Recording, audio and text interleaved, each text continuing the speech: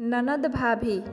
नमस्ते दोस्त, आप सभी का स्वागत है हमारे चैनल काजल मोटिवाइजर पर। मेरा नाम राधा है। मैं बहुत खुश थी कि मेरी शादी रवि से होने वाली है। शादी घर वालों की मर्जी से ही तय हुई है। मेरे भैया की शादी अभी 1 साल पहले ही हुई है। मेरी भाभी का नाम रजनी है। मेरी भाभी बहुत सुंदर है, साथ ही बहुत हंसमुख भी है।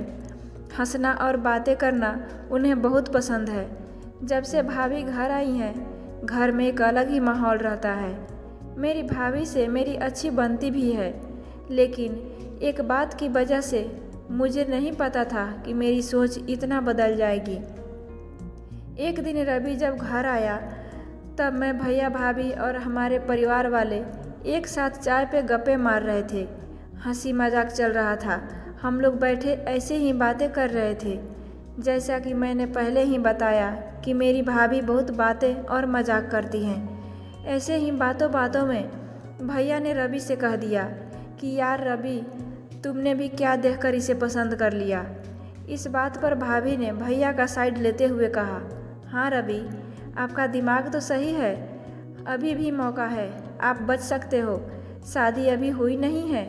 इतना भी होता तो शायद मैं बर्दाश्त कर लेती, लेकिन उसके बाद जो रवि ने कहा उससे मुझे ज़्यादा बुरा लगा।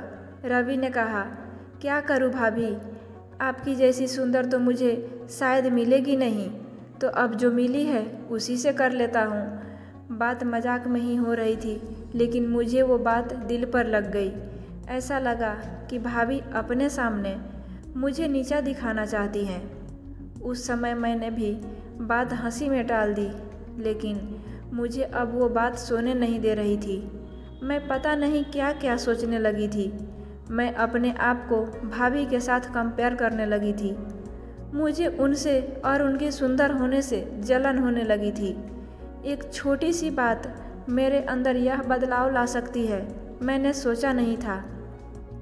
मैं उस बात का जवाब देना चाहती थी। मैं कुछ भी सोचने लगी थी। मैं सोच रही थी कि कैसे भी करके मैं उन्हें रुलाऊं। शादी की तैयारियों के साथ मेरा दिमाग भी कहीं और ही चलने लगा। एक दिन भाभी शॉपिंग करने मम्मी के साथ बाहर गई थी। घर में भैया थे।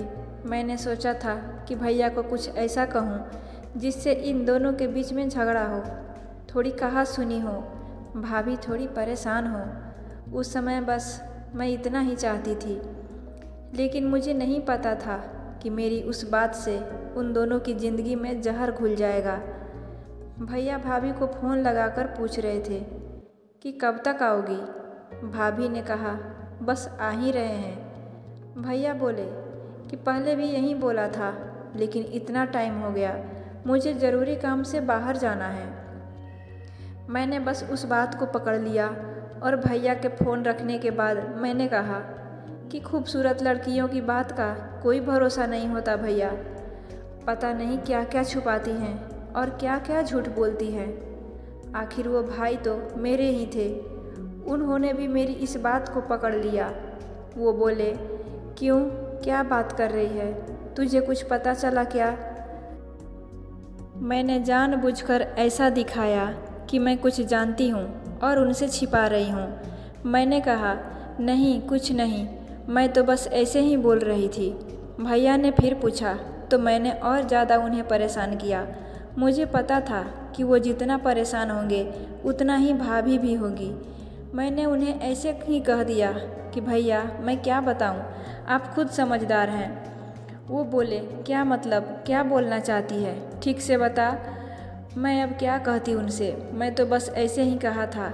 लेकिन अच्छा हुआ कि उसी समय भाभी और मम्मी वहाँ आ गए और बात टल गई। लेकिन मुझे बहुत खुशी हो रही थी कि मैंने अपना काम कर दिया।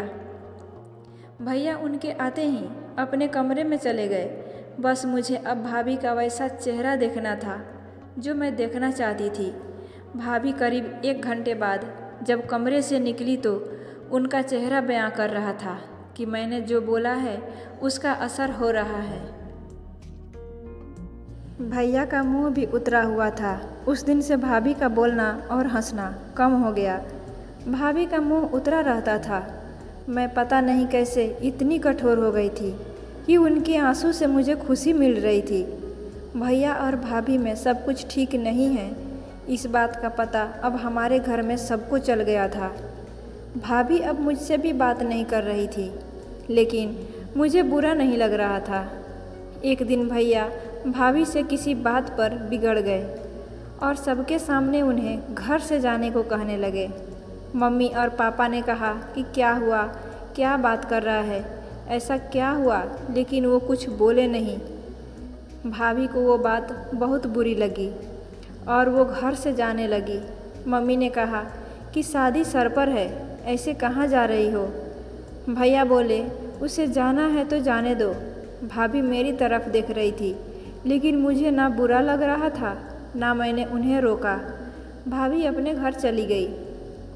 शादी में सिर्फ 10 दिन बाकी थे और भाभी घर से चली गई।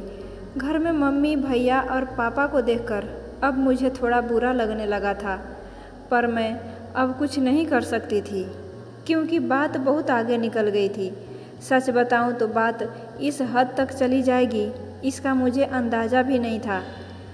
शादी के समय सभी के मुंह उतरे हुए थे और इसका कारण मैं थी, लेकिन यह बात मैं कैसे बता सकती थी। भाभी को मम्मी ने फ़ोन किए, लेकिन वो नहीं आई।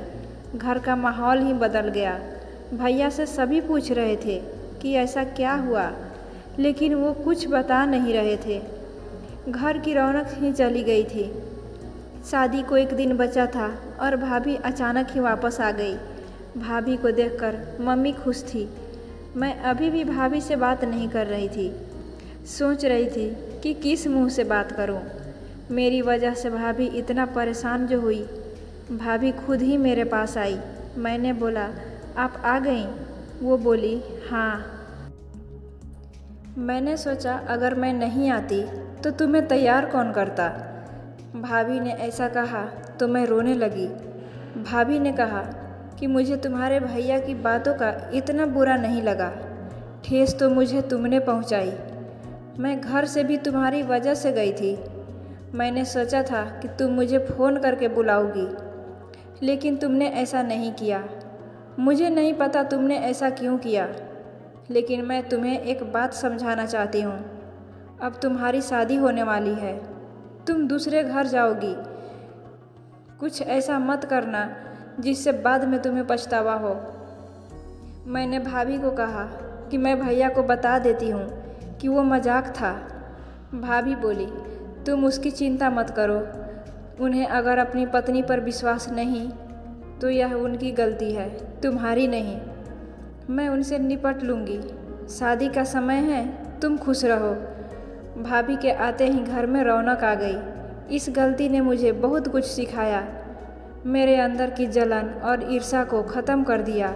मेरे अंदर एक डर पैदा कर दिया कि मैं कहीं गलती से भी किसी के साथ कुछ गलत ना कर दूं। भाभी मेरी जैसी नहीं है। मुझे पता है वो भैया को भी संभाल लेंगी। मैंने भाभी के साथ इतना कुछ गलत किया, लेकिन उन्होंने अपना फ़र्ज नहीं भूला, ना ही यह बताया कि यह सब मेरी गलती है। ऐसी भाभी तो सभी को मिले। दोस्तों, आपको ये कहानी कैसी लगी हमें कमेंट में ज़रूर बताइए। वीडियो को एक लाइक कीजिए और अपनों के साथ ज़्यादा से ज़्यादा शेयर कीजिए। अगर आप हमारे चैनल पर नए हैं तो प्लीज़ चैनल को सब्सक्राइब कर लीजिए और बेल आइकन को भी दबा दीजिए ताकि आने वाले हर वीडियो का नोटिफिकेशन आप तक सबसे पहले पहुंचे। आपसे रिक्वेस्ट है कि डिस्क्रिप्शन में जो भी वीडियो का लिंक है आप उसे भी ज़रूर देखिए। आपसे मिलते हैं अगले वीडियो में। तब तक राधे राधे। अपना ख्याल रखिए। धन्यवाद।